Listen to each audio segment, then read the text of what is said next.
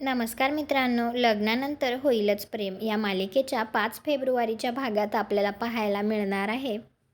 काव्याने तिच्यासमोर बोका ठेवलेला असतो आणि ती त्याच्याजवळ येतच त्याला म्हणत असते, तुला मॉर्निंग किस पाहिजे असं म्हणत असते. त्याच्याजवळ येत असते त्यावेळीच इकडे पार्थने त्या बोक्याला दोरी बांधलेली असते आणि तो त्या बोक्याला खेचून घेतो.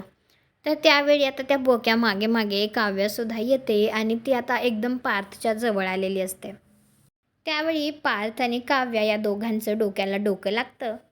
दुसरीकडे नंदिनीला जीवाची आठवण येत असते, त्यामुळे ती खिडकी उघडते. तर तिची आई त्यावेळी तिथे येऊन ती खिडकी बंद करते आणि तिला म्हणते, आता कशाला खिडकी उघडतीयेस? वाऱ्याने आपली दिशा बदलली आहे. बाहेर सगळा रखरखाट आहे आता. आणि इकडे जीवा काहीच खात नसतो. त्यावेळी पार्थ त्याच्यासाठी एग्ज घेऊन येतो.